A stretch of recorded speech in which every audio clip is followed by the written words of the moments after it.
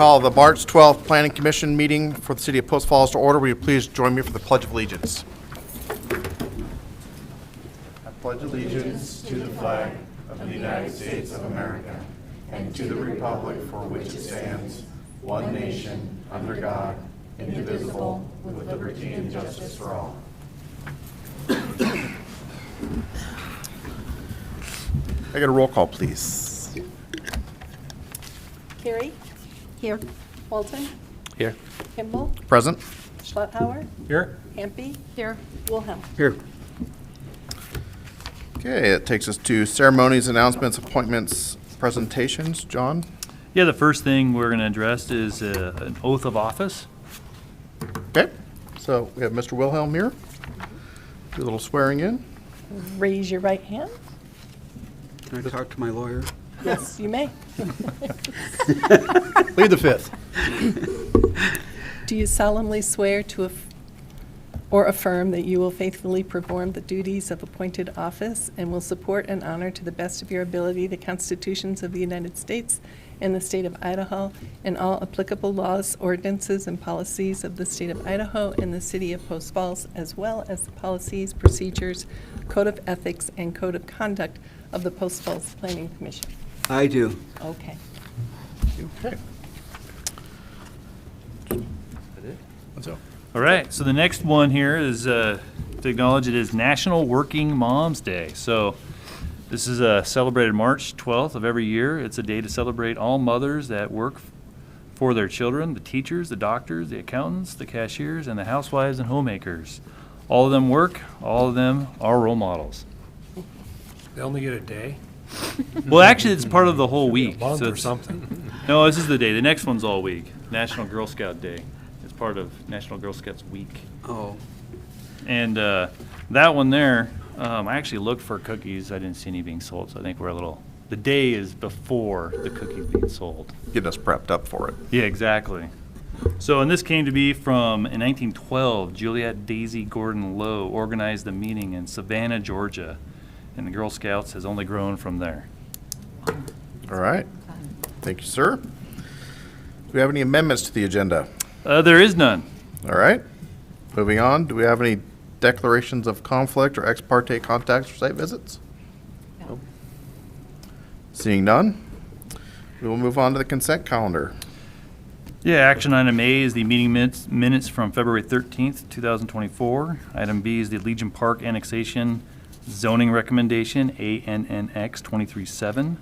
Item C is the Arch Annexation Zoning Recommendation, ANNX 23-4. Item D is the Boyd's Landing First Edition Reasoned Decision, SUBD 23-5. Okay. Everyone's had a chance to read through those items. Yes. yep. Can I get I would entertain a motion. I move to approve the consent calendar as presented. I'll second. We have a motion and a second. We're going to get a roll call vote, please. Hampy? Yes. Wilhelm? Yes. Schlotthauer? Yes. Kimball? Yes. Walton? Yes. Carey? Yes. Moving on, we have citizen issues. This part of the agenda is for citizens wishing to address the commission on issues that are not on this agenda or are not on any future agendas. Do we have anyone here for that? Okay, seeing none, moving on to old and unfinished business, which we have none on the agenda, which takes us to the meat of our meeting tonight, which is the public hearings. So we have two public hearings tonight. We have sign-up sheets off to the right if you wish to speak or comment. If you do wish to speak or comment, we ask that the comments and testimony be relevant to what you are saying or to the condition standards of approval, excuse me, and that any testimony be relevant to that, and that any comments or cheering or anything like that is completely out of order. We're here to take testimony as to the facts, and we appreciate everyone being respectful. And with that, I will open our next venture zone change file ZC 23-4, public hearing.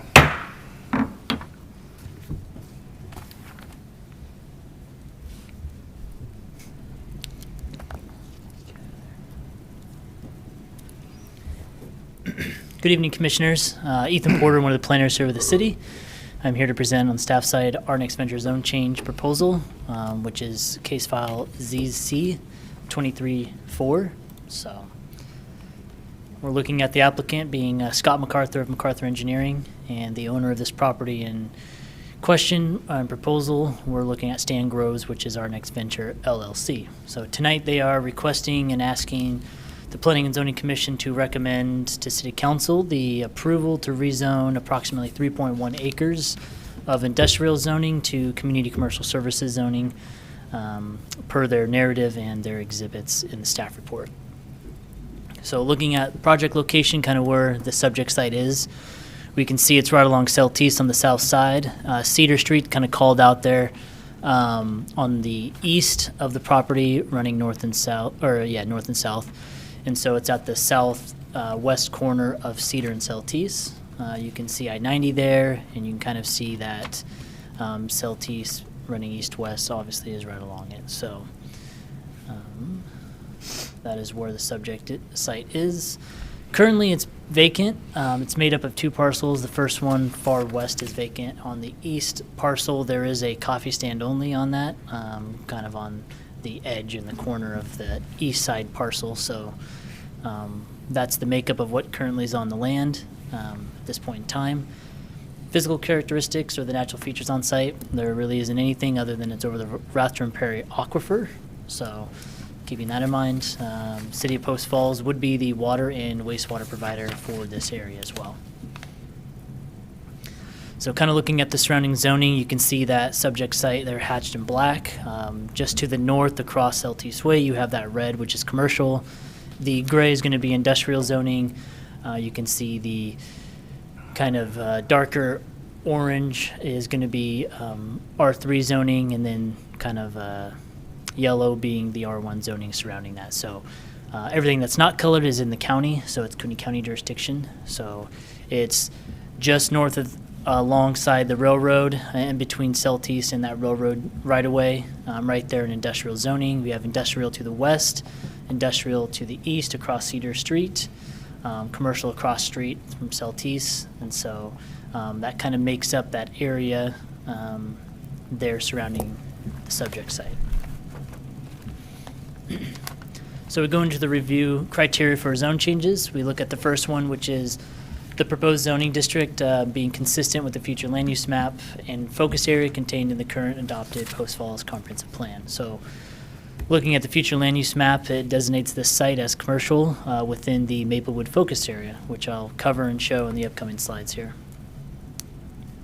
So that future land use designation, like I mentioned, being commercial, you can see the red, which is commercial. It lies, the subject site there hashed in black lies within that red.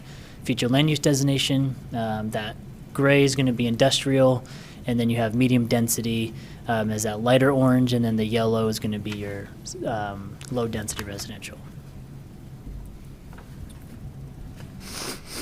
Looking at the commercial land use designation, this category basically includes commercial, retail, professional, office, civic, and cultural uses.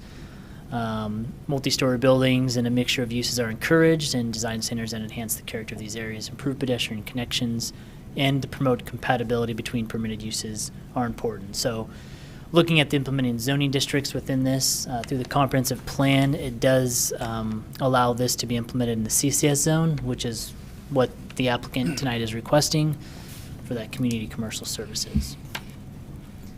So kind of looking at the focus area then, the Maplewood focus area for this site. You can kind of see I called it out on the map there, kind of north middle of the Maplewood focus area right there, kind of along I-90. The highlighted sections there on the left-hand side kind of highlight some of the ideas there that promote it within this focus area. So we have promoting infill development, which this would be, encouraging development that is interconnected, including pedestrian access to multi-use paths, parks, schools, and trails, and then look for opportunities to beautify and add gateway signage along the southeast corridor corresponding with Coeur d'Alene's westward expansion. So kind of all that together, we can look at it in infill development with future development, improving the site, improving the frontage along that southeast corridor. So there's some benefits there if this was an infill development and was able to go through that process to develop it. So the second review criteria, we look at zoning district being consistent with the goals and policies of the Post Falls Comprehensive Plan that are relevant to the area under consideration. So looking at goal 1, states grow and sustain a balanced, resilient economy for Post Falls, providing community prosperity and fiscal health. Commercial businesses, help with that. There's a discussion point there within a comprehensive plan. Our goals and policies kind of have a discussion topic of why that goal or policy is in there and kind of what it states and the discussion about that particular goal or policy. So you can see that there.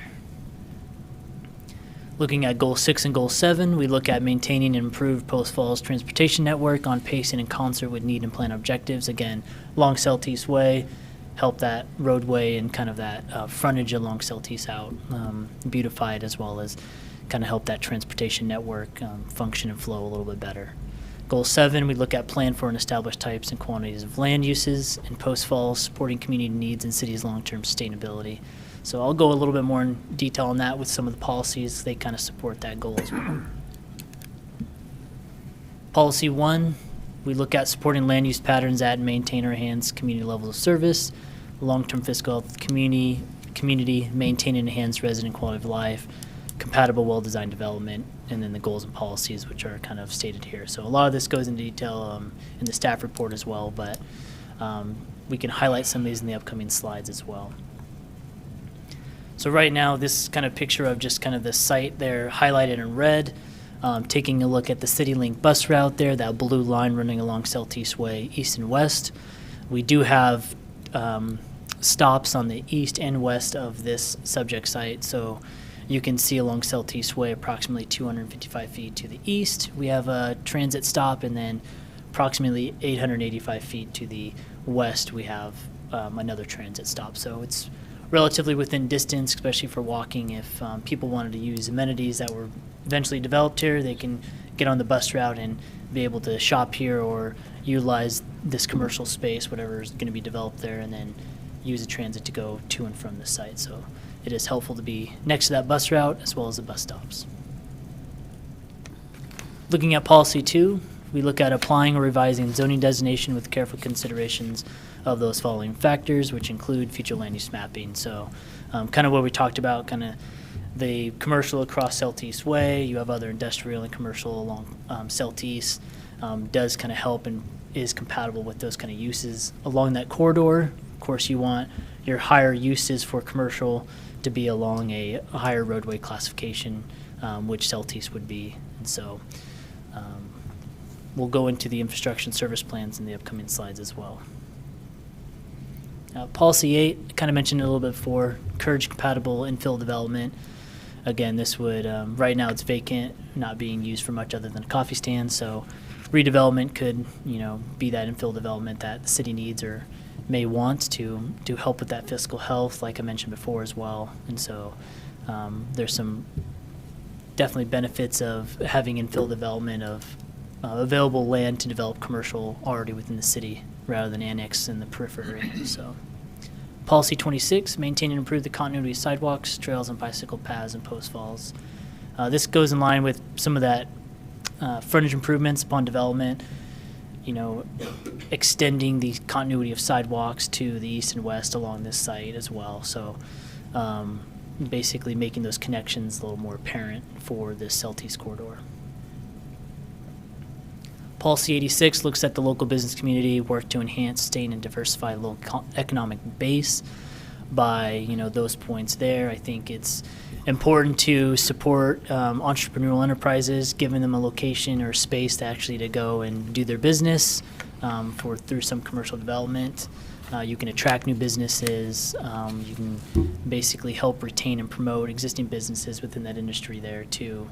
For commercial, once there's commercial development on it, whether that be shell buildings or future space for these type of uses, it could benefit and help out the community in that regards, as well as those who own those businesses kind of looking for space. Looking at zone change review criteria 3, we look at the demonstrable adverse impact upon the delivery of services by any political subdivision providing public services within the city. So this one kind of goes in hand with the agencies being notified. We sent this notice of jurisdiction out, have them have a chance to reply and comment on any concerns they may have on the proposal. So of those, what we received back was from the Yellowstone Pipeline having no comment. The Post Falls Highway District, they didn't have any comments. Police Department remains neutral, and then the DEQ has no comment, and then the school district also had no comment either. So of those received, we didn't notice any demonstrable adverse impact upon these, so that would be kind of summing up that review criteria. I do want to go back, kind of looking at that transportation aspect and infrastructure. Like I said, the City of Post Falls is willing, as stated in the staff report, to serve, and they have availability for those infrastructure in place. And then Southeast Way being an arterial roadway kind of helps that traffic for businesses coming and going east and west and helping disperse that. So looking at all that, those 3 review criteria, I would stand for any questions you have for staff at this point in time. Have any questions for staff? No. Okay, seeing none. Will the applicant please come up? You have 15 minutes to give your presentation. You want that one? Thank you. Good evening, Planning Commission. Scott MacArthur, MacArthur Engineering, P.O. Box 2488, Post Falls, Idaho. Just trying to follow up with Ethan's presentation tonight. He did a great job of summarizing pretty much everything we tried to overemphasize in our submittal. Our clients, our next venture, they're a group of local people that are looking to enhance commercial opportunities in the surrounding areas. They're working in the city of Rathdrum, the city of Post Falls, city of Coeur d'Alene. And basically, they found this 3.1 acres to be underutilized with that industrial zoning. This commercial, the CCS zoning that we're requesting gives that development site more opportunity for commercial growth and commercial development just due to its width.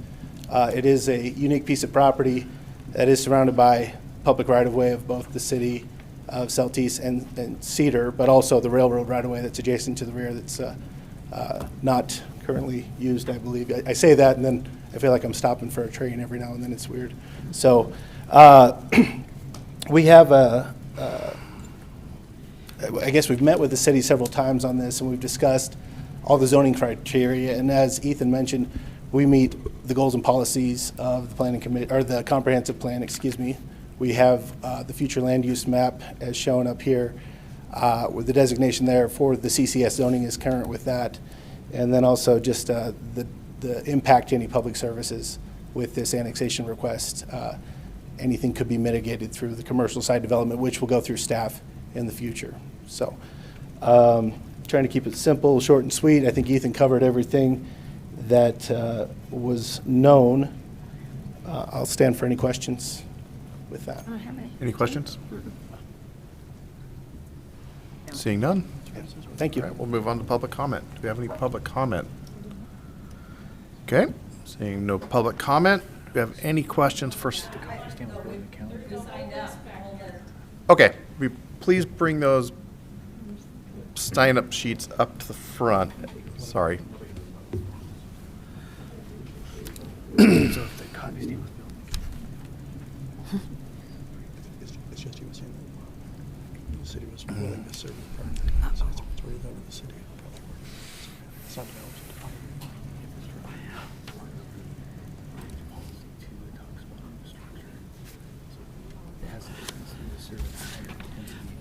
Oh. Then that's industrial. Yeah. I was just curious.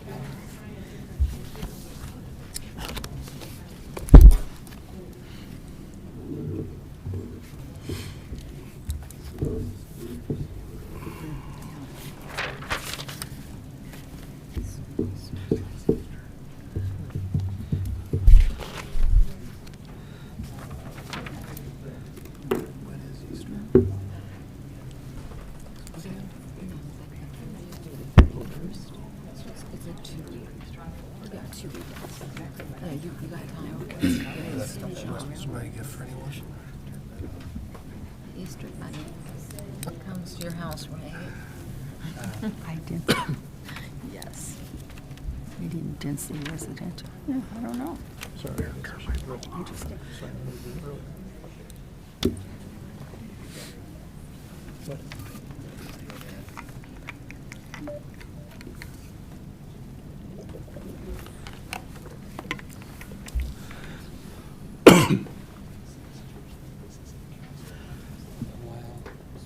While back, I was driving through that park.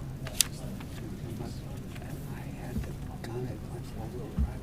I was gonna go to the bar.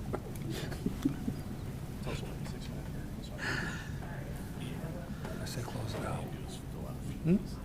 I say close the public comment, let's roll. It's too late, let's finish the meeting. Goodness, said too late, all right.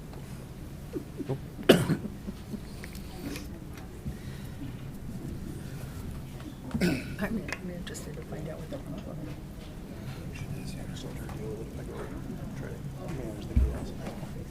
Area.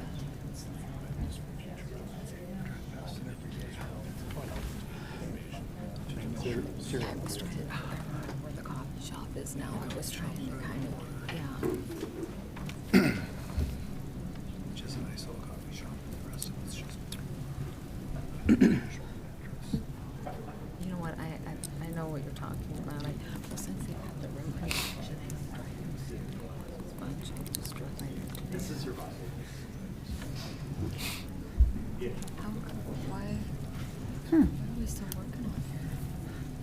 Some public commenting apparently in opposition to this zone change. Yeah. Excuse me. These are Kruger. Oh, yeah, I appreciate it. Is that all Kruger? This is how Kruger did it. Why didn't you just go ahead and bid Ray? And then Well, I gotta at least put in opposition. Yes. Opposition. Opposition.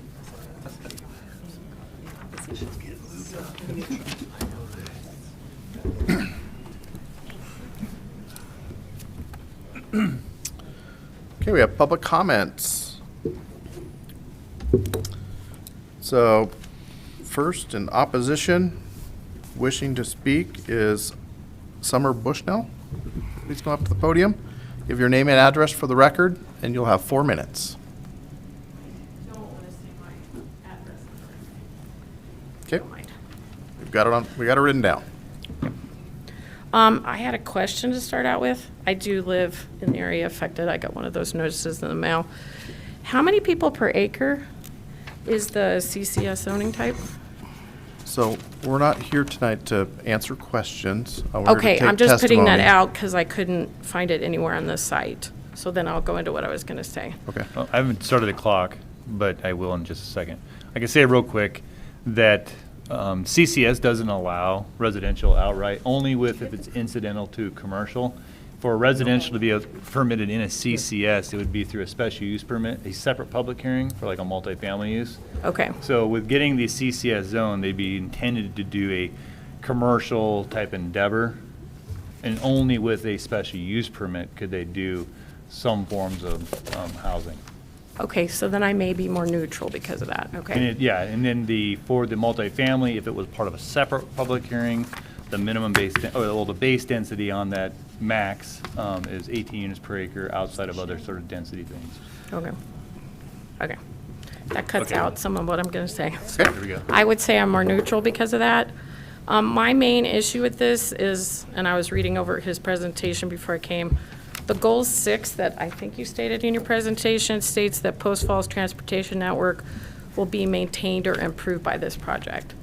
I live in that affected area, that affected intersection, and I don't understand how. To me, I don't think the light at Cedar and Celtice, which I remember not being there because I've lived here there long enough, I don't know if it can handle more volume, and I think you're not considering human nature. You're going to want to turn left out of that property across 2 to 3 lanes of Celtice to get to 41 and get to the I-90 intersection. And so my concern is trying to force everyone to go to Cedar and Saltese is kind of forcing people against human nature.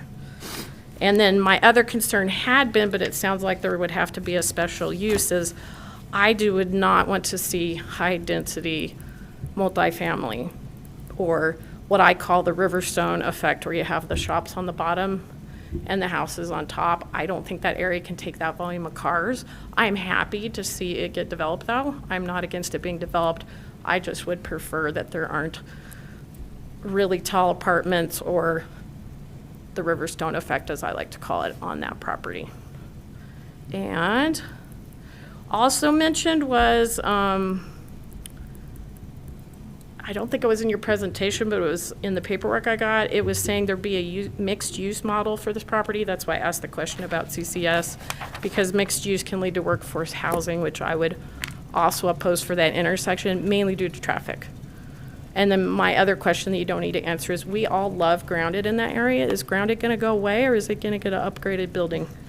That would be my other concern, because we love that little coffee shack on the corner, so I hope that's not going away. And that's all my comments. Thank you. I will hit pause real quick. So one clarification, mixed use is allowed in the CCS. So that is one caveat, that housing can be in the CCS, be introduced, would be in through some sort of mixed use vertical construction, not mixed use. But that would be an extra hearing and a permit then? Though. Not in that case, not in that particular case. So in addressing standalone residential, my previous was correct. Okay. But with when you added the mixed use option, I wanted to make sure I was clear on that for you. Okay. That aspect is allowed in the CCS. Being the fact that that lot is very long and skinny, access and parking, I think would be difficult to attain that, but I can't say that it couldn't be attained either, so. So then I guess I'm in opposition if it's multifamily, high density, but I'm neutral and happy it's getting developed otherwise. Okay, thank you. All right, if I butcher names, please forgive me. Ms. Dietz is in opposition, wishes to speak. Please state your name and address for the record.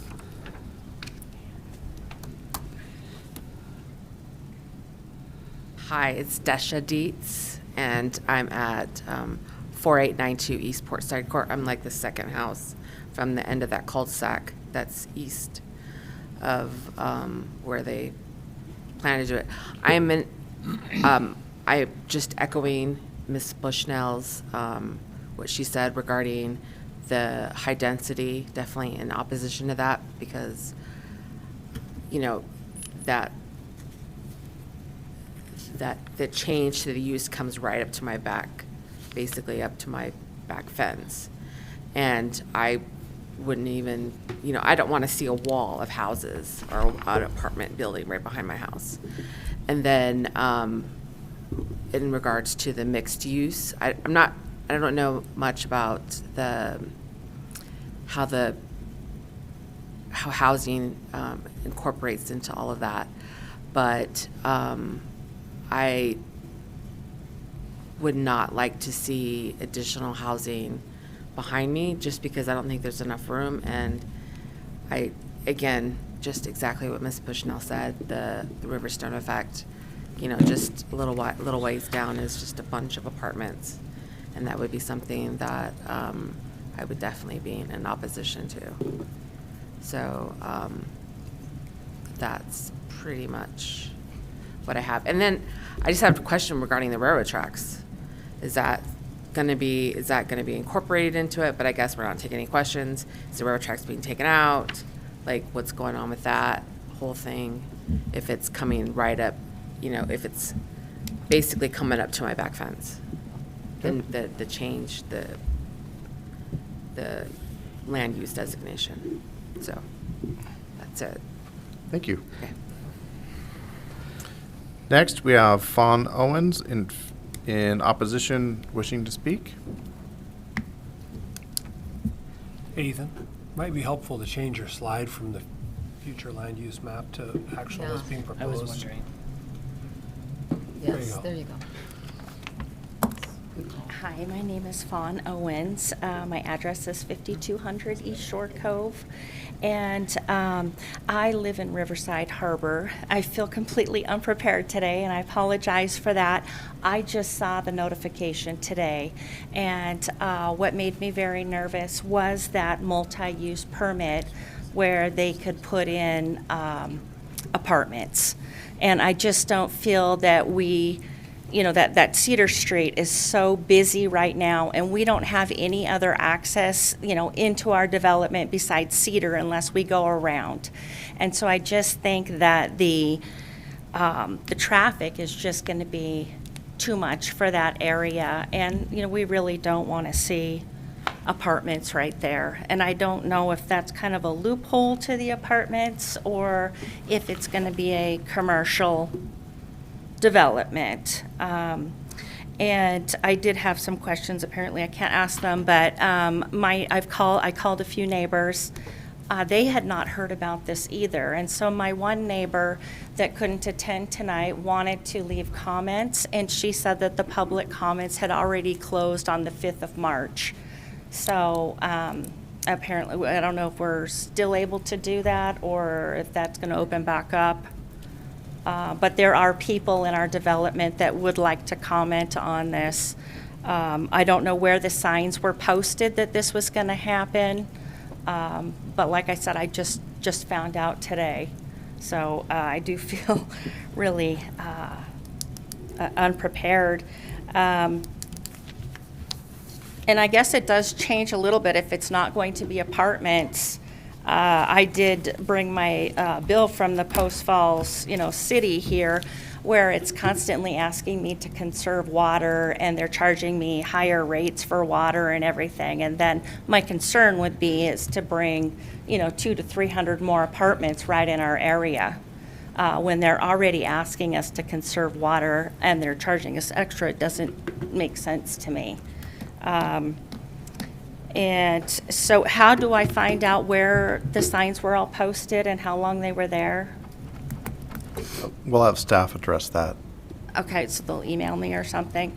Because I do have neighbors that would like the same information as well. They were just unable to drop everything. I literally found out about this about 2 o'clock this afternoon. So, yeah, and then they just couldn't make it. And then okay, so my other question was, it says multiple stories, but I didn't know how many that meant. So that would be another question. And I didn't know if they were talking about doing the businesses on the bottom and the apartments on the top.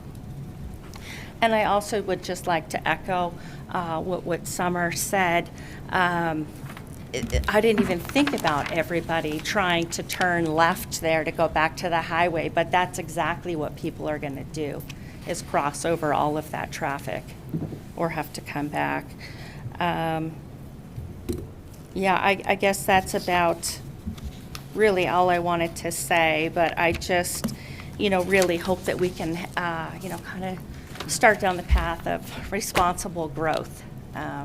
I feel like our community is bursting at the seams. So anyways, those were my comments. And then just somebody will email me back, and then is that how it works? I'm sorry, I don't know who to talk to. No, I'm going to ask staff here in just a moment to explain what the posting and noticing procedure was for this public hearing, just to make sure that it's on record that it was properly posted and notified. Okay, because the neighbors that I did talk to didn't see it either. So that's not to say that it wasn't out there. I'm just wondering where and how long it was out there. Okay, thank you. Okay, thank you. John or Ethan, can you address where it was posted and what the radius for the mailing notifications was? Yeah, so it was posted right at that intersection, the northeast corner, right at that light. Posted there to let everyone on Cedar as well as Celtice know that's going on. Can you use the cursor? Yes, I can use my cursor. Correct.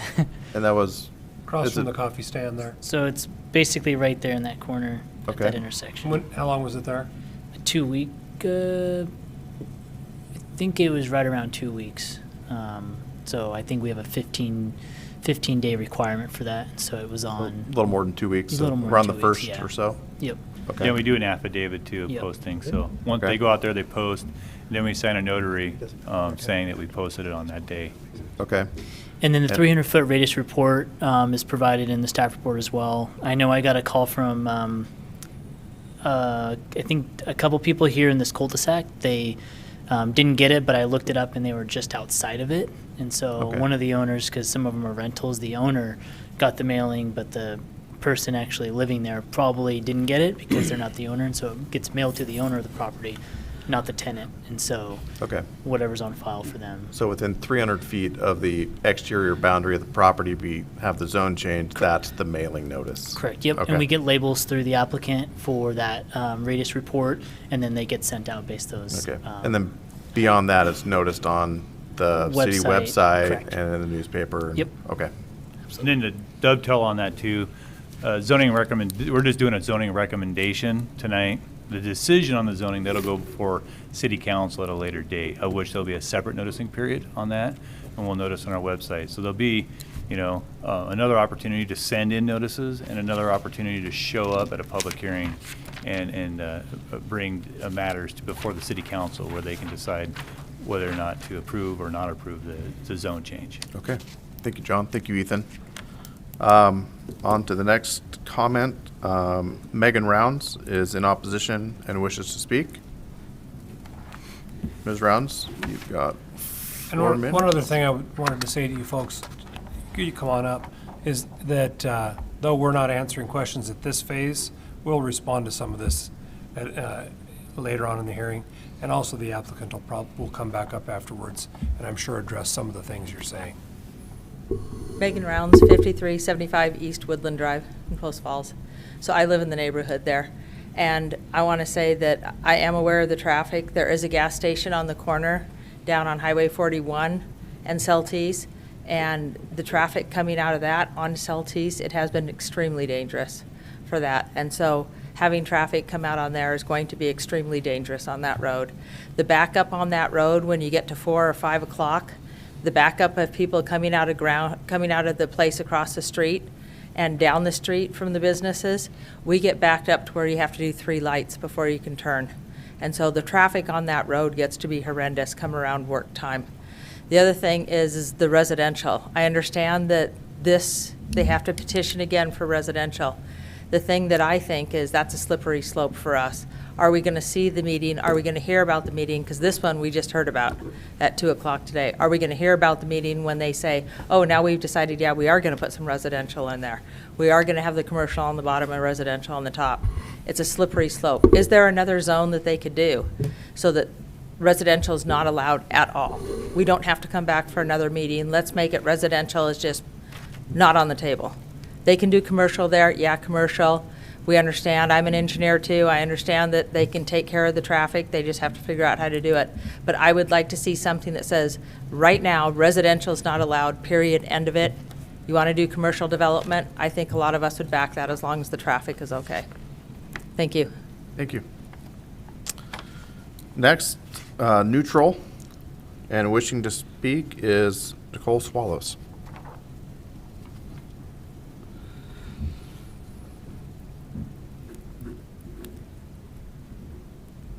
Hi, Nicole Swallows. I don't want to say my name on camera, but you have it there. Okay.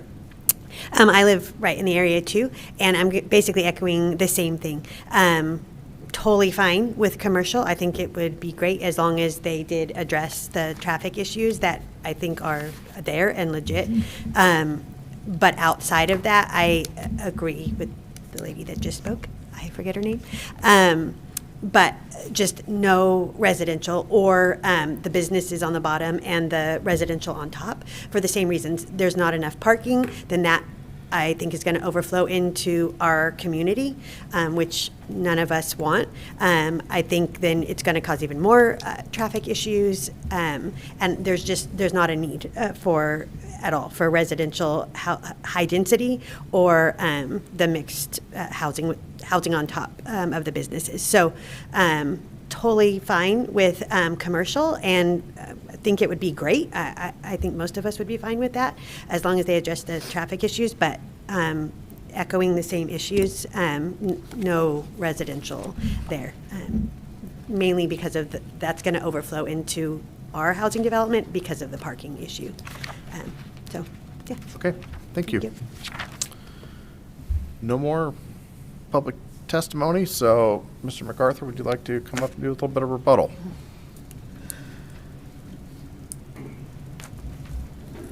Again, Scott MacArthur, MacArthur Engineering. We can appreciate the public comments. I've responded to several people who've also contacted my office to discuss this. The value in the property, this particular piece of property, is in the commercial use. The CCS zoning is the most compatible use, or zoning for that use that we desire to have. At this point in time, my clients, I can say on public record, have no intention of putting residential use in there as long as they own the property. And again, that would go through a special use process and public notifications. So if that were to come forward. But as we've discussed with staff, we've only brought forward just commercial uses for this development at this time. So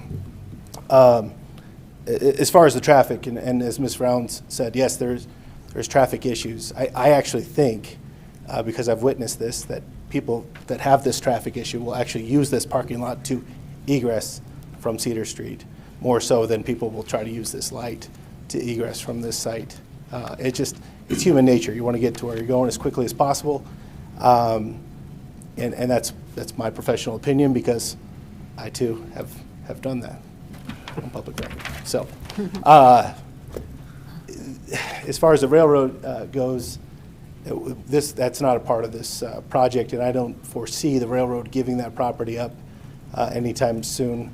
But there's no plans to use the railroad. There's no plans to make it a part of this project by any means. So I just wanted to bring that up to, I believe Summer mentioned that at first.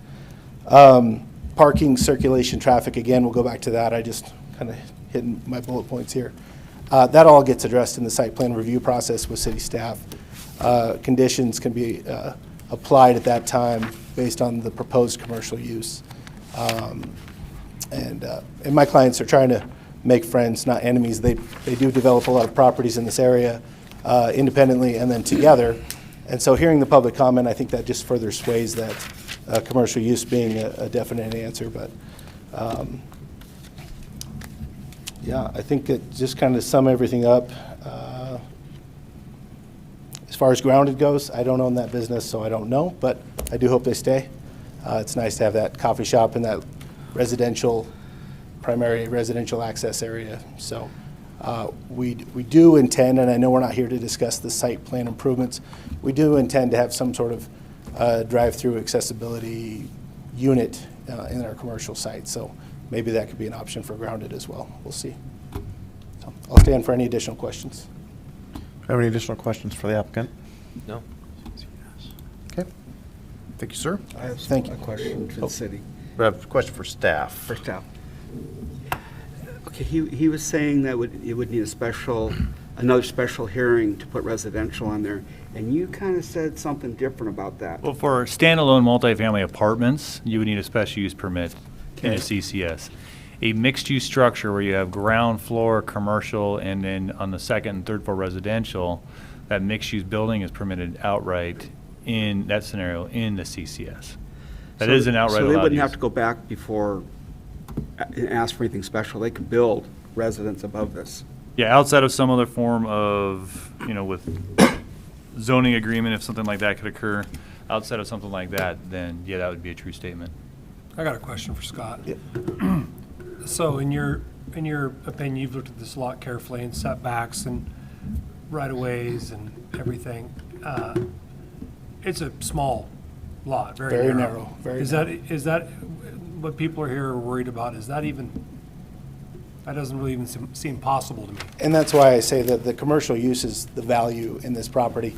Residential opportunities, while people do get creative with how they put residential properties together, or even mixed-use sites, a live-work site together, the way this property can be developed, I don't think would support.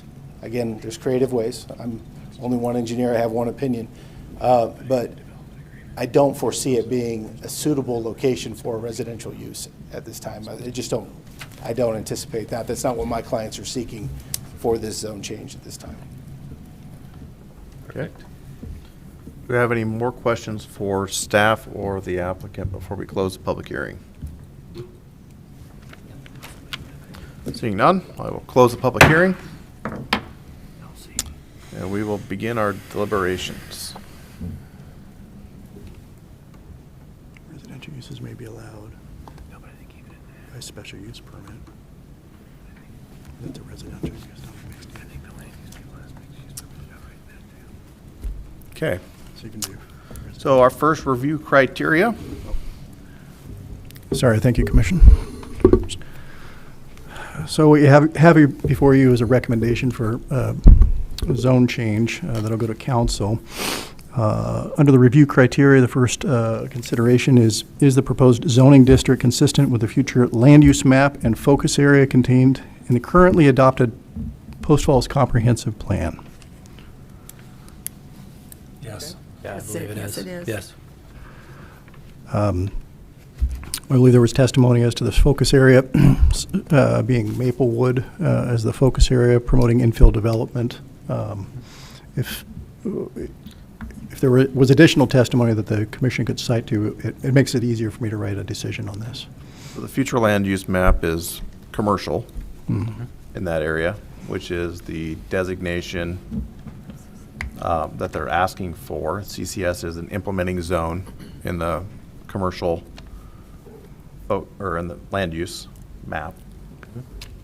I think Ethan talked about the focus area, and there were, I think, 3 or 4 items highlighted in the focus area. And I think generally in the staff report, there was a number of other considerations as well. Okay. Second criteria, it sounds like there is consent on that the proposed zoning is consistent with the future land use map on the first one. Yes. Second, is the proposed zoning district consistent with the goals and policies contained in the currently adopted Post Falls Comprehensive Plan that are most relevant to the area under consideration?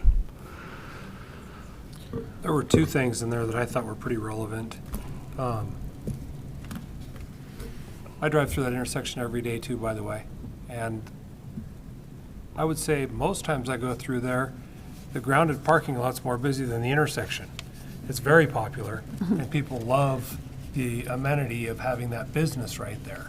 And grounded is quintessential example of what will be allowed in this zoning district. I think that it's a much more appropriate zoning district for commercial there than an outright use right now would be an industrial user to come in there and have something, big and loud and dirty. So I think that this is a fantastic, opportunity to meet the goals and policies. Primarily 8 that Ethan had outlined here for infill development of an underutilized property. Currently, it's just potholes and old bed mattresses and not very well utilized. And also policy 28, helping promote and expand existing and new businesses. It's be a great spot for an existing local business or a new business. That's the kind of thing that I think most people in the community definitely support. So I think it strikes number 2 in a number of ways. I agree. Agree. So is there any other goals or policies specifically that any commissioners would like to point out that were in the staff report?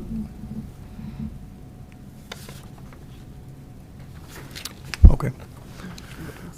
Moving to criteria number 3, does the proposed zoning district create a demonstrable adverse impact upon the delivery of services by any political subdivision providing public services within the city? Yeah. I think that was fairly well taken care of with the agency comments, where none of the agencies or political subdivisions responded with anything that would basically mean that there was any adverse impact. There's no demonstrable adverse impact, and there was no testimony today. No evidence of it. No evidence provided to that effect. Thank you.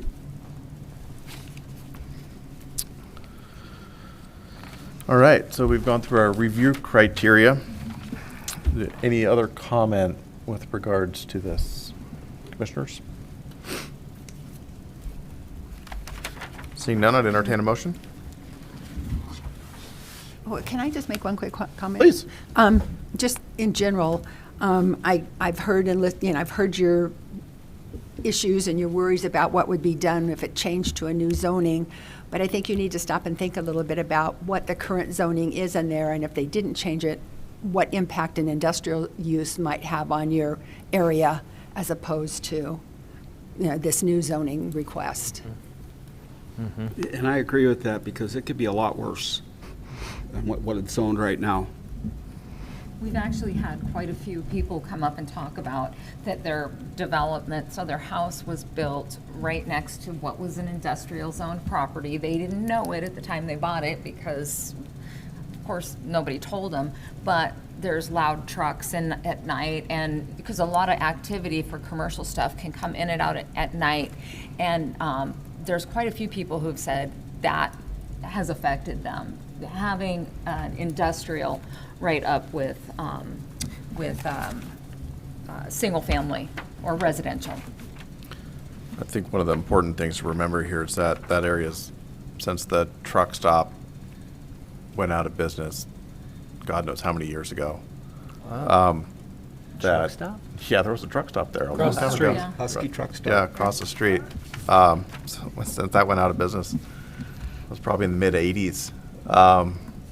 It's been a little bit of a blighted area, and it could use an influx or an infusion of commercial growth and a little bit of spontaneous growth of commercial, just shot in the arm. I think it's probably an important thing to remember that, having amenities that come with commercial uses in a commercial zone, like a little convenience store or something like that, or a nail salon or the hair, the barber shop and things like that. Those are really nice things to have close to residential neighborhoods. So,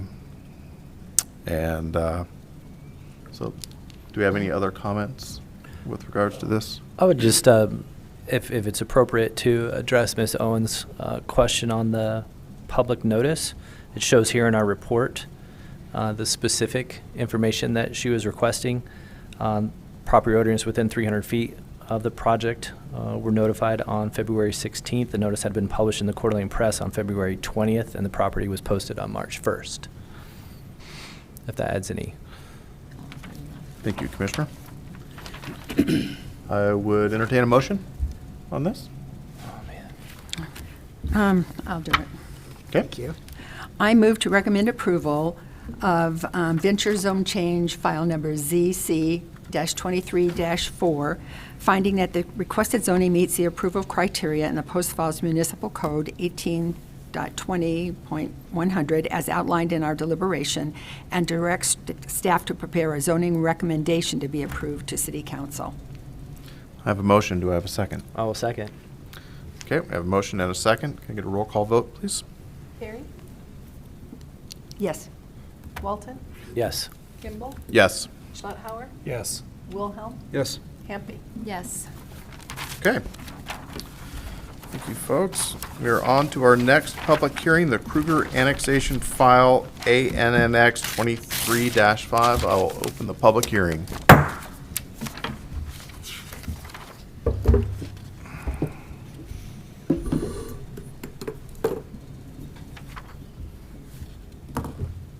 So if anybody has any wish to comment on this or address the commission, there are sign-up sheets in the back. Please fill them out and bring them up here. Evening again, Commissioners. Ethan Porter, one of the planners here with the city. Here to present the Kruger annexation on the staff side. ANNX-23-5. The owners were looking at Daniel and Beverly Kruger. The applicant's Verdis tonight to represent them. They're requesting that you provide a recommendation to City Council for the zoning designation of community commercial services and high-density residential on approximately 4.49 acres as part of an annexation request in the city of Post Falls. Total annexation would include the right-of-way, which would equate out to about 6.869 acres, so including the right-of-way, which you'll see in the upcoming slides. They do want to do CCS on the lower half and high-density residential on the northern half. So kind of looking at that in their submittal for what they've submitted, and kind of their narrative kind of delineates and explains that a little bit further. But here you can see the property right along McGuire Road in Echo. It's on the southwest corner of McGuire Road and Echo Drive. So part of that rights of way that's included does go down towards Celtice Way and encapsulate some of Celtice Way there in front of that storage area. And that storage unit right there is in the county currently. So it would bring the annexation part with the right-of-way from Celtice, along Celtice there, up north to Echo Drive and then to the west on Echo. So it would kind of encapsulate that whole area there, which is why it's 6.8 approximately acres. So just north of Celtice Way, as I've mentioned, you can see it there, just south of Okanagan Avenue. Currently, it's a large lot residential within Kootenai County, so they are over the Rathdrum Prairie Aquifer currently, and there's no other really significant physical characteristics or natural features on site worth mentioning, or has been brought up to staff's attention at this point in time. Water would be provided by East Green Acres Irrigation District, and then City of Post Falls would be the wastewater provider for this area. Just kind of looking at the zoning then and surrounding zoning, you can see to the west, to the north, they have county parcels there. And so to the south as well, like I mentioned, that storage business is currently in the county. To the east, across McGuire, you do have industrial zoning there, some commercial or some industrial businesses. You do get further north on McGuire Road up on Okanagan, which you do see some residential, multifamily, and single family there. Going south, obviously, you run into Celtice Way, which is more of your commercial and kind of higher roadway classification there. So I think that's kind of the makeup in that surrounding zoning. The red's commercial, the gray is industrial. So they're requesting kind of two zonings, the north piece being R3 residential high density, and then the lower piece being community commercial services. So with that being said, we look at kind of the review criteria. Again, we look at the future land use map and the focus area, making sure it's consistent with what they're proposing. The future land use designation in this area for their parcel is high density residential. And so this category basically encompasses residential uses between 12.5 and 25 dwelling units per acre. It also supports other land uses as stated there, nursing, parks, school, public facilities, along there. So implementing zoning districts, you can see, is R3 zoning, which is bolded, as well as the focus area. So both of them kind of come into play since they're asking for R3 residential as well as CCS zoning. So we'll go into the focus area a little bit after this slide, but here you can see that future land use designation here. I think it's important to note on this that darker orange being the high density residential, lighter orange being medium density for the future land use designation. That blue is transitional, pink is business commercial, then you have obviously the yellow being low density residential, and then the gray is industrial. So when you get more along the lines of a commercial corridor and you have higher traffic counts and more businesses, as you get away from that, it kind of for zoning kind of looks at going to less and less uses, so you have more of your high density residential and commercial along those higher roadway classifications. They kind of dwindle on into medium density, which you see there, that lighter orange to the top middle, and then eventually that transitional or that yellow, you get into that single family low density. So it kind of goes down in density and uses as further away it gets from those higher roadways, kind of helps buffer those single family homes and lower density residential uses kind of further out. So kind of the idea there is you have your higher uses, blends in to eventually get to your lower density as you get further away. So that's kind of shown through the future land use designation map here along McGuire, and then as you move further from Celtice Way to the northwest. Looking at the focus area now, it's part of the West Prairie. It's just on the southeast corner there. as noted on the subject site there on the map. So down there, it talks about a couple highlighted points within that focus area. Mixed residential is envisioned between McGuire Road and Corbin Road, higher densities near commercial corridors and arterials. Again, McGuire, kind of a higher roadway classification, and Celtice, obviously an arterial. So you seek opportunities to develop off-corridor commercial, and then other West Prairie areas may warrant commercial use considerations if adjacent to arterial collector streets where the traffic volume exceeds 4,000 vehicles per day. So that kind of gives some guidance and help there for the focus area and kind of what's proposed kind of future-wise on these locations.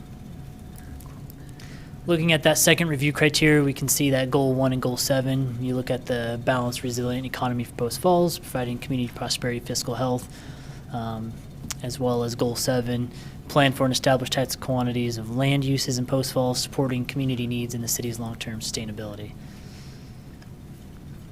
Looking at some of the policies, we have that community level service, maintaining or enhancing it, the long-term fiscal health of the community, the maintain and enhance resident quality of life, promote compatible, well-designed development, and implement the goals and policies as stated and we're going through now. So policy 2 kind of goes more into making sure that zoning designation, we want to make sure we consider those bullet points there, featuring land use mapping, kind of what I spoke on a little bit already. Compatibility with surrounding land uses, also kind of touched on. Look at infrastructure and service plans, future traffic patterns, and then once again, goals and policies. So we'll go into a little bit more of those in the upcoming slides, but policy 8, again, you've already heard tonight, we have encouraged compatible infill development on vacant and underutilized properties within city limits. Not necessarily would be fully the case, but I think it is important to note that they do want to do some commercial as well as some high-density residential uses there, which could help, a larger site kind of break it up and provide more uses and kind of help out city long-term fiscally, potentially. So policy 20, consider location of multifamily developments in areas that address those points there. You have access to arterial and collector streets, McGuire and Celtice within proximities, pretty close. Help buffer higher and lower intensity development patterns. That kind of goes along the lines of what I was saying earlier. As you get further from those major corridors and those main roadways, you do kind of tend to go down and buffer those lower intensity development patterns as you see north of Celtice, northwest, kind of moving out that way. And then about compatible existing uses, and then are part of projects involving mixed use or master plan areas. So it's worthwhile noting too that future land use designation, to the west they had 4 properties there that are also future land use designation as high density residential. So kind of whenever they decide to come in, if they ever do, we'll probably see something along those lines as well. And so having high density residential kind of allocated already on that northern part could transition it better into those western properties as they develop potentially. Policy 24 and 26, we look at the transportation corridors, encroachment, and preserving the adequate rights-of-way for future corridors, including utility facilities, as well as policy 26, that maintaining the continuity of sidewalks, trails, and bicycle paths in Post Falls. So kind of looking at why that red hatch is extended down to Celtice Way, it's important to note that if we just brought in the parcel itself and the abutting right-of-ways, we'd kind of still we'd create an island essentially for the county, being that storage unit in that right-of-way that's not included currently. And so with that right-of-way already included in this proposal, we would get at a later date potentially that city project maybe on maintaining and having construction of the frontage improvements, which would be sidewalks, that sort of thing, along McGuire Road from Celtice up to the subject site. So if the property owners decide to develop, if they were annexed in, they would only be responsible for the adjacent right-of-ways, which would be right there, McGuire and Echo Drive. And that strip between Celtice and up to their property would then just be kind of sitting there for no one to develop. Well, if we got it into the city right-of-way, we'd be able to do a city project, move that forward, and actually maintain and create that connection through a sidewalk or some type of capital project through the city. So it allows us that opportunity. If it stays in the county, we don't really have that opportunity because we can't develop county property. Hey, So Ethan, can you point out with your cursor that break point of where typically the right-of-way would be given with most annexations, and where, with this one, where they wrote a legal that provided additional right-of-way? So yeah, right there where that C is, that lower Yep. part all this right now. is what they added to this legal to help bring in all of the right-of-way into the city to assist with some potential future city project if the one was ever to Is that occur. a different parcel, or is that all just right of way? That's all right-of-way that's in the county. Correct. So that would, Post Falls Highway District right of Right. way, and I'm assuming they have no objection to that. no. We'll get into their comments towards the end, but they did Okay. comment They and do have provide that as well. Yeah, I just wanted to clarify where that is. So like typical annexations, you would just get the Echo portion and just that Right. McGuire that's adjacent. Yeah. But where he wrote, Here. where that break point is, that was that additional acreage that was referenced earlier, is south of that point. This is more housekeeping than anything else. Is It it is a bit of a that cleanup. part of it provide is. Make it contiguous? Or is it contiguous otherwise? It's already contiguous on the south west corner there, as it's touching the parcel here. So, And also across the street. and to across, the- correct, in the right of way. So, I mean, the annexing in, the annexing the right of way, then you would make that connection point as well. So, Gotcha. but that's kind of what to note there, and why you see it kind of extend down south and then to the west along Southeast Way is it's just, like you said, kind of the connection and the cleanup a little bit of that would help. I mean, our comprehensive plan does point out that we promote the county islands to be annexed in. I don't think we're in the business of creating county islands, but which would happen if we didn't actually get that extra piece of right-of-way. So we'd then section off that storage unit in the right-of-way if we didn't get it, so I it would mean, be. admittedly, the storage unit has a high probability of being a county island for some time, but at least this way you get that right-of-way into the city. Okay. So we can get a sidewalk through there, basically. Yeah, and whatever road widening, so if there's a project to do the McGuire, the complete improvements, it allows an opportunity for that continuity of the transportation. Those bullet points that were just cited was at 24, and so So the entire piece on the east side is right away? Is that what you're saying? Correct.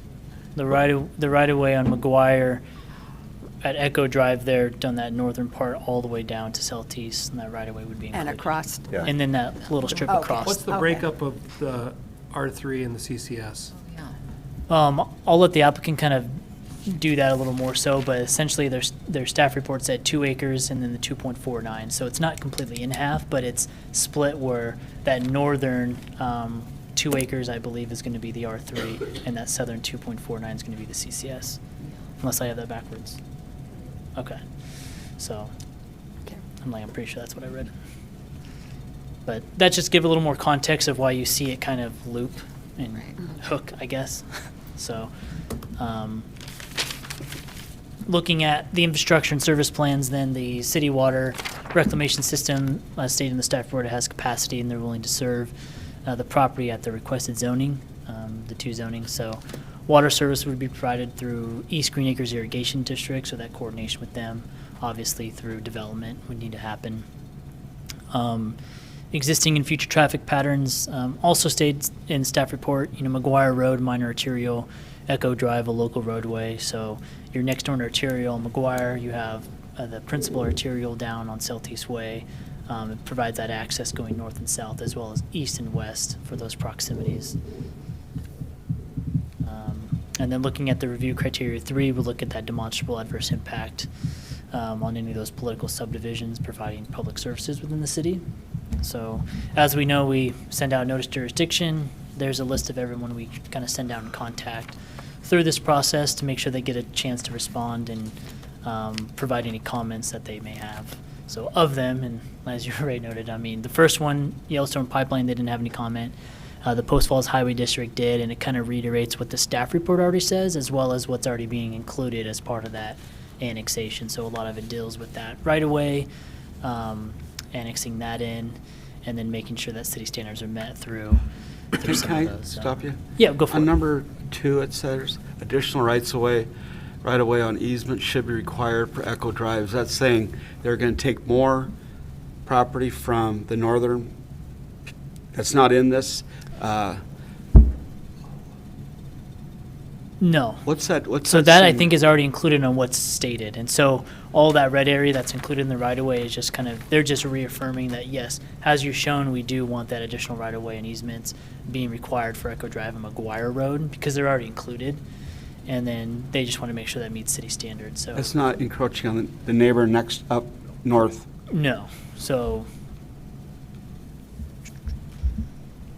kind of see there on the north side of the site along Echo Drive, all that is included. To the east, you have all that right away included as well along McGuire Road. So there wouldn't be any more to add in because it's already city right away right at this point here. Yeah. And so they're just basically making that full connection in the right of way and then annexing in all that. So I think what that highway district is saying is they're just agreeing essentially with including that right of way that's already been stated and shown. They just wanted to make their comment on it, making sure that they reaffirm what's already been.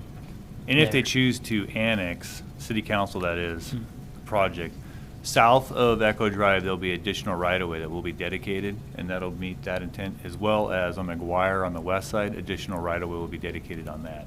Okay. So by us getting the right-of-way, typical with most annexations, will meet that second point as cited by the highway district.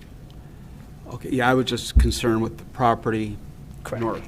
Yeah, that would occur if they, at such time in the future, they ever chose to annex, that's when we would So get. this, they're not taking nothing from that property? You can't. Okay. And then DEQ had no comments. Can I ask you one Yeah, before go you for go it. on? Yep, What go for it. about number 3 on there? Should that be included as a condition upon, building on this property, or? Rob, do you want to cover that at all as far as access onto this site?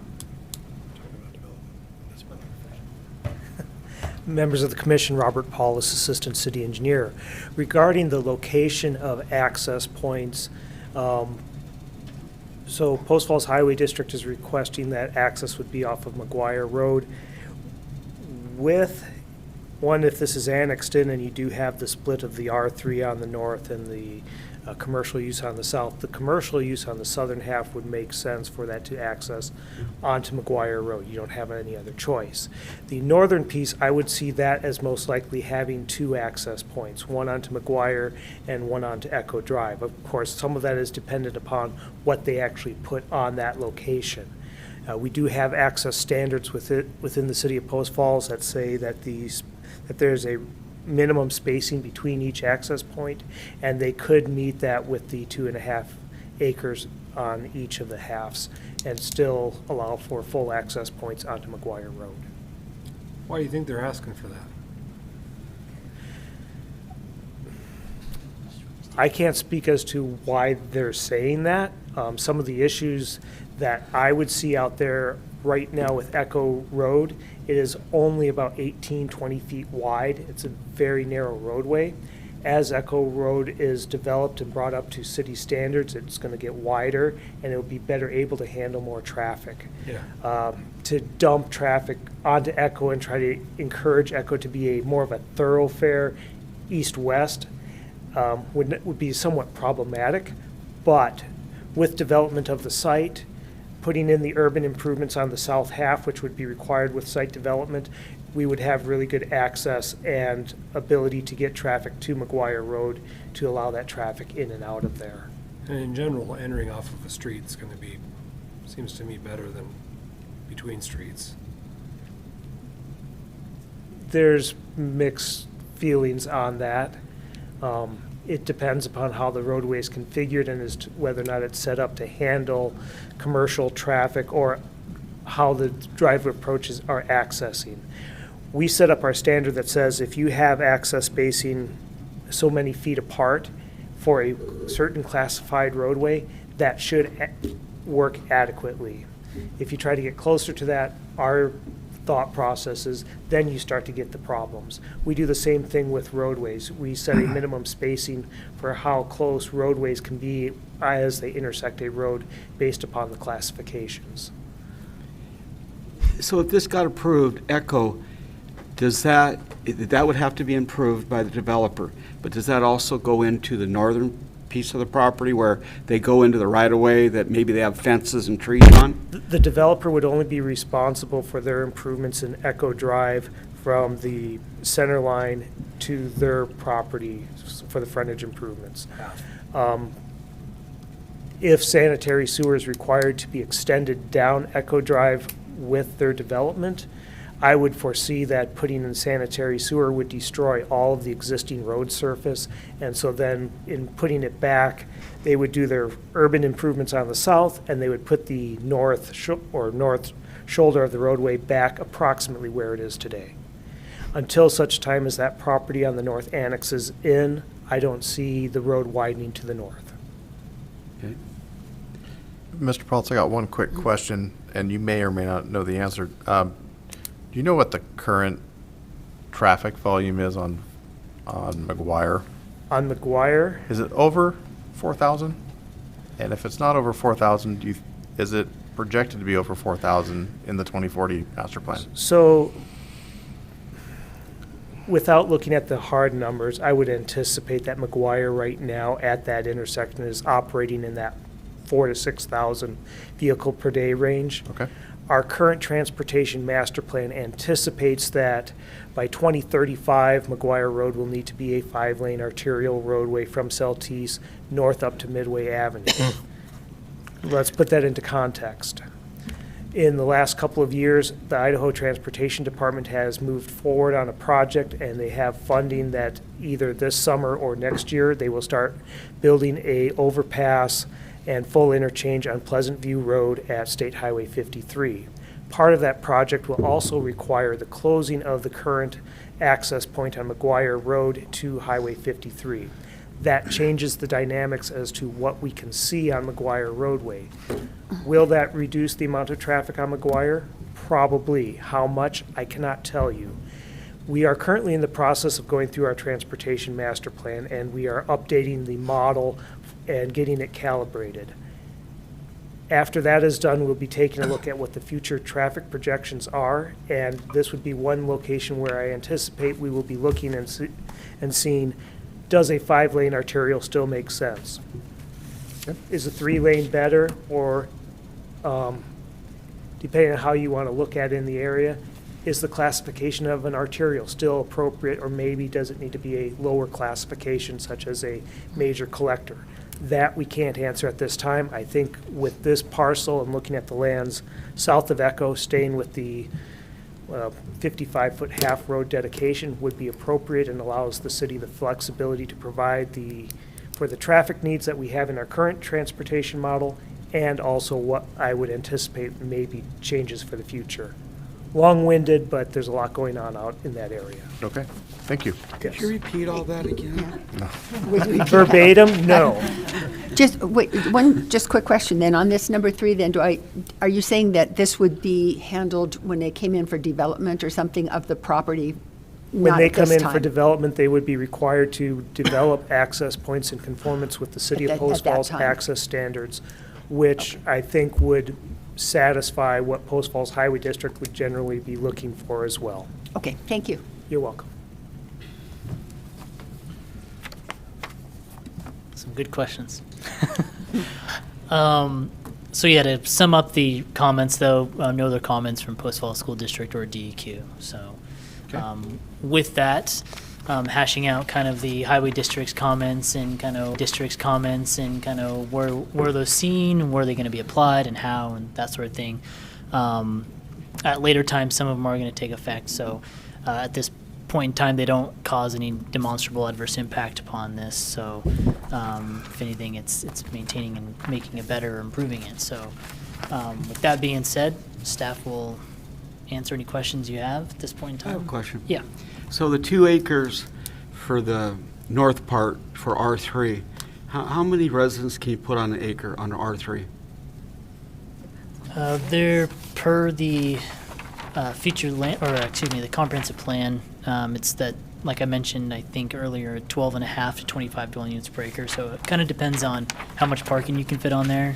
Usually if you're doing 2+ or more dwelling units, it's 2 parking stalls for each of those. And so it can kind of come down to design. With multifamily, you're going to have open space requirements as well as certain amenities to be on site. So Would it be safe to say 20 per acre?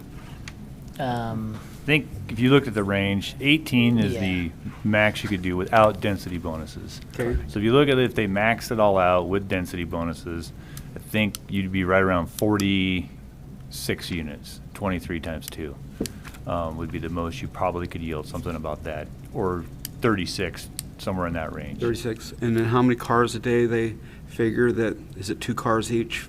unit? I would let, I default to engineering. I'm looking at the, I know there's multifamily produces less than like a single-family residence, but. From what you, okay. Members of the Commission, Robert Paulus, Assistant City Engineer again.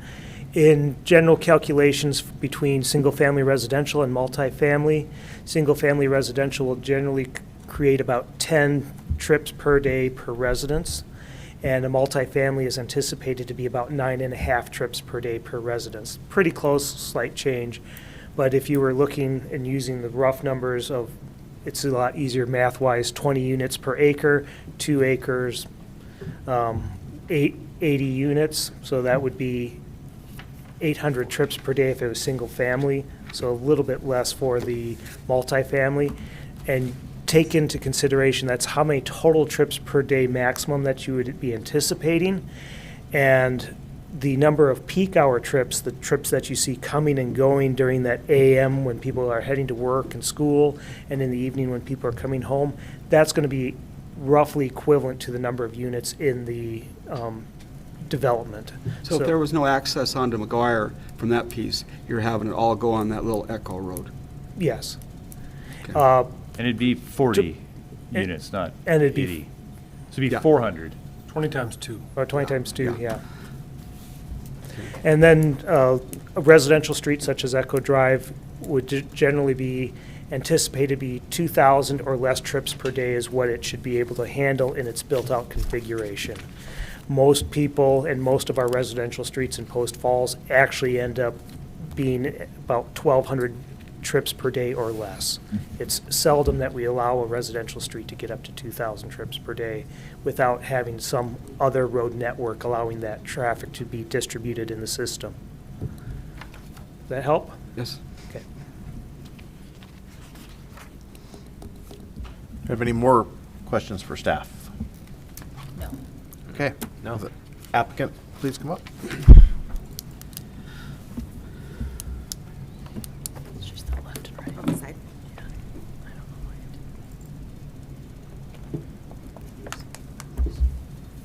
Good to go.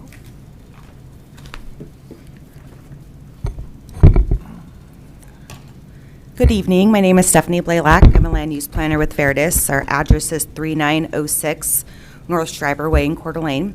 And I am here today representing Daniel and Beverly Kruger in their annexation request. I'm going to start off by giving some of the project details. The subject property requesting the annexation is about 4.5 acres. The zoning being requested is both community commercial services and high-density residential. The CCS will be on the southern 2.49 acres, which is the bottom picture, and the high-density residential will be on the northern 2 acres, which is the top picture of the site. The parcel is contiguous to city limits. The applicant is requesting a provision in the annexation agreement for continued use of their existing business until a certain time to allow for the site to come into compliance with the City of Post Falls standards. So their current business on site is an asphalt concrete flatwork business.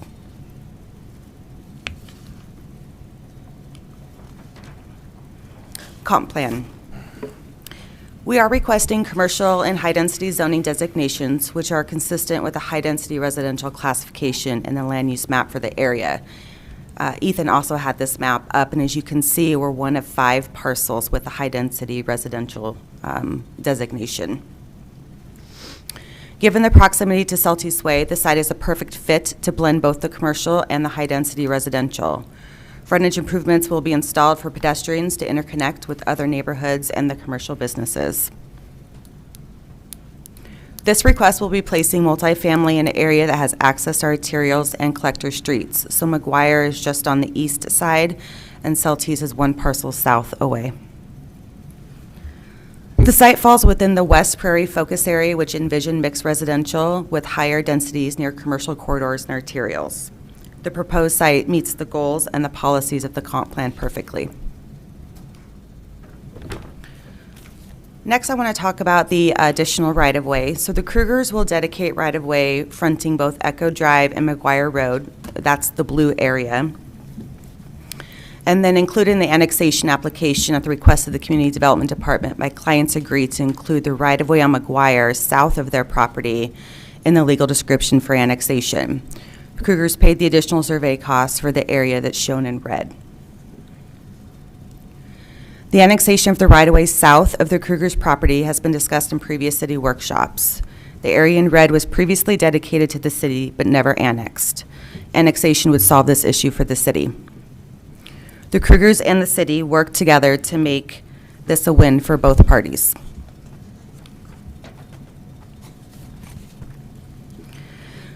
This annexation, if approved, would provide diverse housing types and price levels.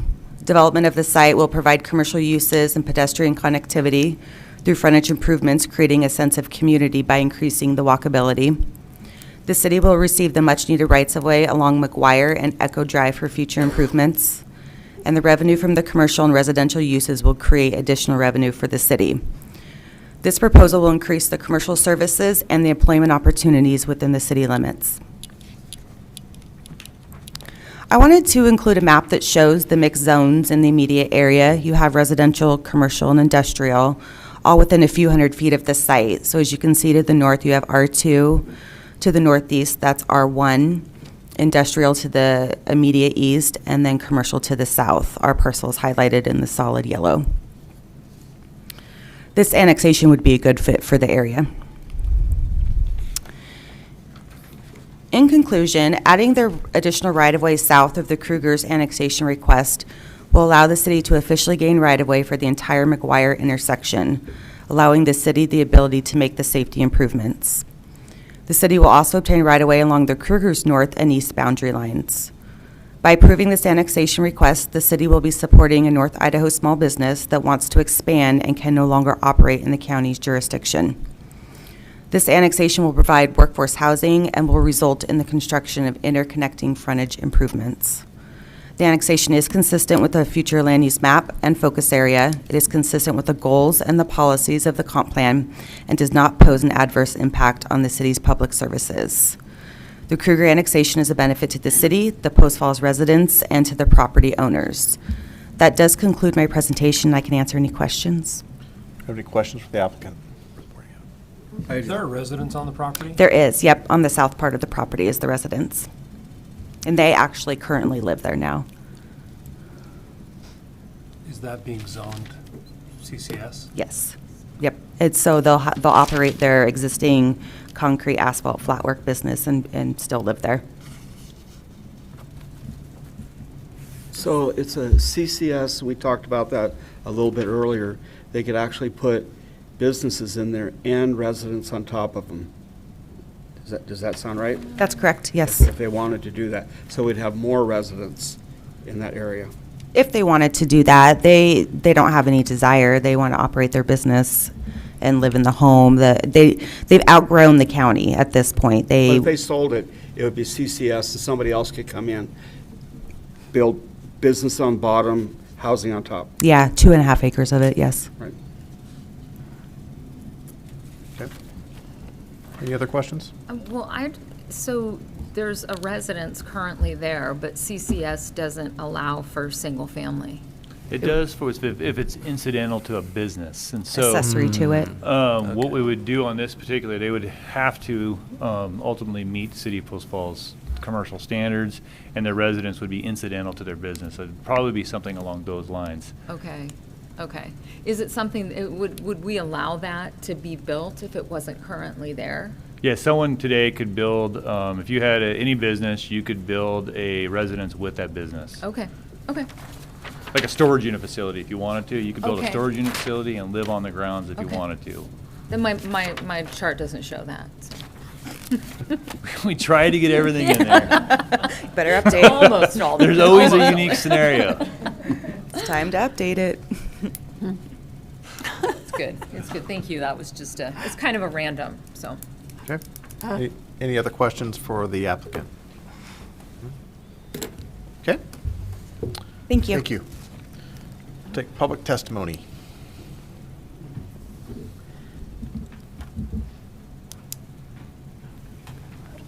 Thank you. All right. Beverly Kruger, in favor, not wishing to speak. We have Donna Mae Roberts, in opposition, not wishing to speak. We have Nancy Foster, in opposition, not wishing to speak. We have Stephanie Blaylock, who just spoke as the applicant.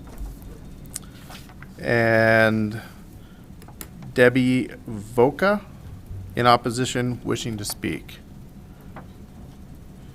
If I got your name correct, will you please state your name and address for the record? And you have four Debbie minutes. Vaca. You're close. Sorry. My address is 2893 West Echo Drive, and so I'm just right up the road from this lot. And I am in opposition because I don't think it's going to benefit this area. This area is pretty rural. We still have people that are raising cattle on the road, both the north and south side. And people like to walk around our neighborhood because it's very peaceful and there is no traffic. So I don't know if sidewalks would really even help, because if there's a lot of traffic, it's not going to be very peaceful. In the Idaho statutes, Title 67, Chapter 65, it does talk about keeping the property rights to where the land use does not diminish the property value, and I feel that apartments or multifamily would actually not help the value on our street. Our street has some really nice historic homes on it.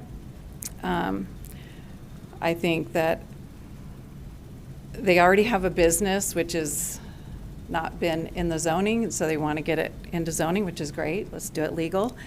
But as far as developing, I really think a R1 would be better. And I know that probably doesn't make as much money, but I just want to have them consider this area. We need to keep some rural area in Post Falls. That's why people move here, is because there's options. There's not just all cookie cutter homes and apartments. There's enough apartments. Well, there's plenty of apartments popping up all over the place. So I feel like homes would be a better fit there, and it would just enhance our area instead of, people stay in homes longer than apartments. And the cost of apartments are so high, you might as well try to get a home if you could get one. The mortgage companies are working with people now pretty good to try to get them into homes. So I would just like to, say you've got that future plan, but for right now, we have to think about just keeping some of this land for agriculture. There's families that still want to raise their own food, and kids want to do 4-H. So I'd like to see this area kind of stay more rural. So, thank you. Okay, thank you. That concludes the public testimony. Ms. Blaylock, would you like to make any rebuttal? I really don't have much. I guess I just wanted to point out again that there's only 5 parcels with the future land use designation as high-density residential, and she's one of those 5. So, the city of Post Falls envisions this area becoming a high-density residential area. Okay, thank you. Have any questions for staff before we close the public hearing? I do. It was mentioned there's a contingency, something about the annexation allowing the continued operation of the business. Is that something that we need to consider more, or is that just a normal standard? As far as we desire the improvements when they come into the city to meet our current City of Post Falls standards. So Okay. that's would be an ultimate resolve for that, their commercial property. Mm-hmm. Okay. So no. everything's good? Well, currently they're in the county, and they meet county standards for the most part. I do think the county is more or less requiring them to come into the city so they can operate at the current levels. Gotcha. And so that's the aspect of that, their commercial business. But the commercial standards in the county is different than the commercial standards in the city. In the city, we're going to require all the parking areas to be paved, and we're going to require them to operate like a commercial business and meet commercial standards. Okay, so that's what that was. Yeah, it won't happen overnight. But Right, but that's what that was. yeah, and we'll have to embed that more or less. There'll have to be language in the annexation agreement that secures some of those avenues. Right now, we're looking at the zoning recommendation and looking at the criteria, and is the zoning that they're asking for consistent with the comprehensive plan? And in the annexation matters, those will go before city council. Gotcha. Okay. Okay, thank you. I have one question. So would the business that's currently there, the concrete business, would that be considered a general service? Like, what kind of, what is that? 'Cause do you I think- believe it's the construction business related. Okay, I believe. okay.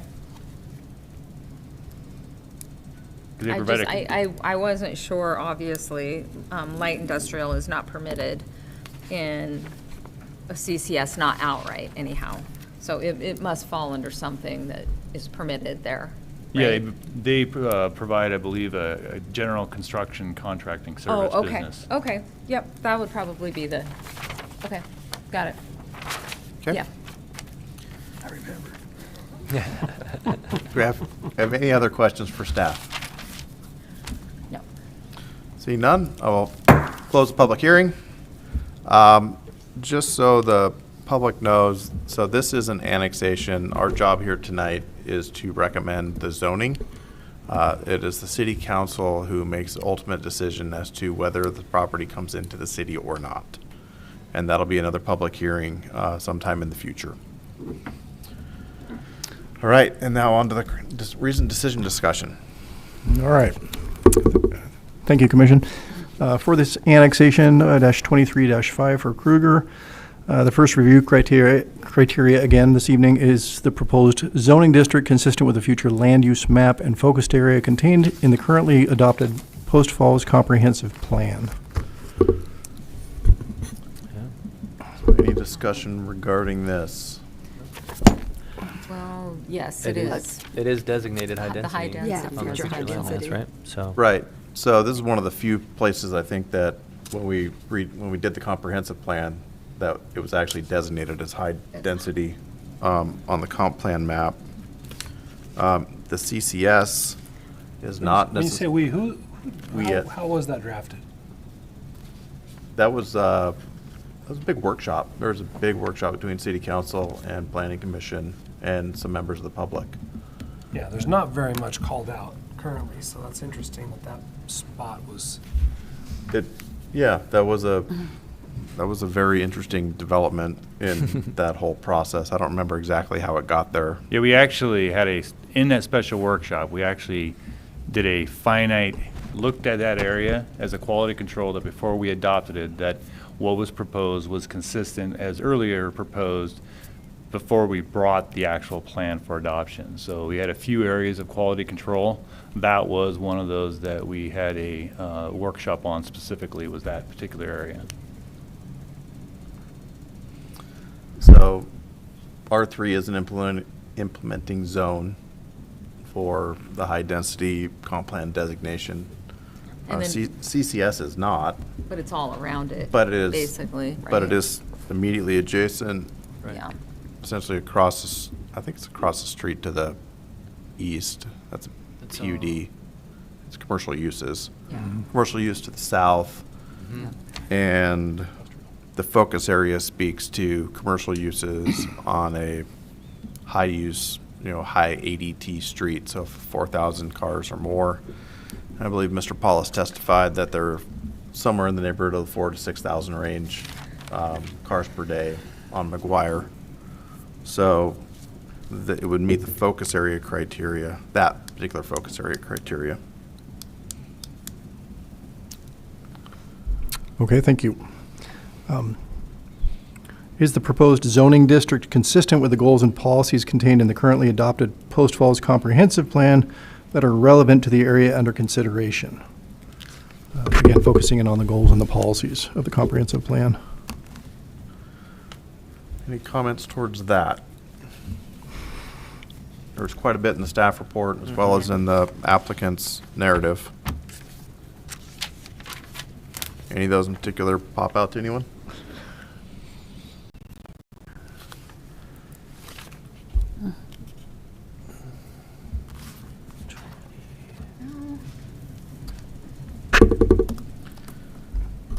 Well, it meets the future land use map. That's the big one. Right. That's policy 2.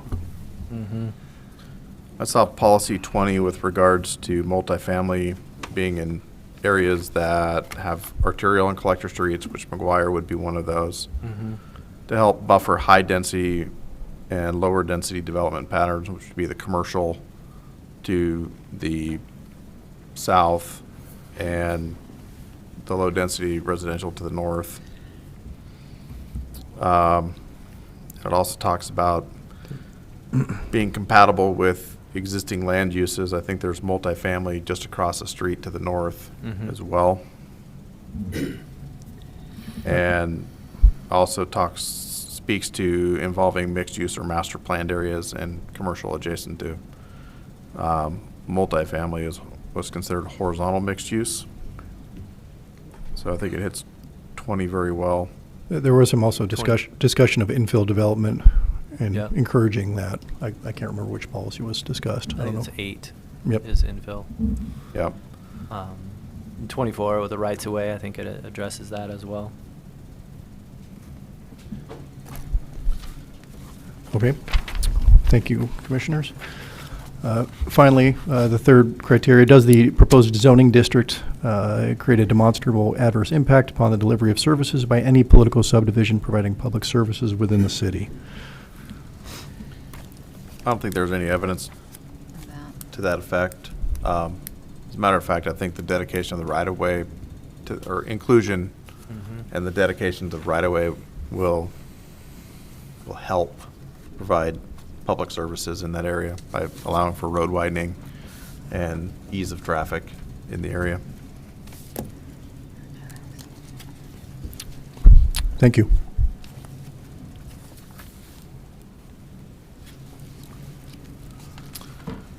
Okay, so do we have any other discussion prior to a motion? I do. Okay. About 5 years ago, there's 5 acres north of that city council turned down for R2. Even though that it met all these requirements and stuff. Then a little bit down the road at Grange and McGuire, an R1 was denied too. And my belief that this R3 right there mixed with that commercial development where they can build on top of it, I just think it's too close to Celtice for that. It may be in the comprehensive plan, but I just don't think it works out with that Echo Road right there. If that's all they could go on to is Echo, I think that that's what they could do, possibly. He said they might be able to, but I just don't see, I think it's too much. Okay. Any other commissioner comments, discussion? I, for some reason, feel a little more sympathetic to the neighboring property owners than I generally do on these things. I think just because of the rural pocket that still exists there. But I always default to individual property owner rights, and I think it's their right to request to be annexed into the city. And our job is to say what zoning would be appropriate if they do. And it's hard to go against the comprehensive plan. So the whole thing's pretty tough to argue with. I do think it'll be very interesting to see what the city council will, if they'll annex it though. Yeah. Right, it's not, whether it annexes or not, it's not our decision. Not our decision. It's whether or not it meets the decision or the Yeah. review criteria for a particular, the requested zoning. Sure. I agree, though. I am sympathetic to that. But there's, like you said, property rights and really it being on that that road is pretty busy. I mean, it's an appropriate place for high density and CCS, so. Okay. I would entertain a motion.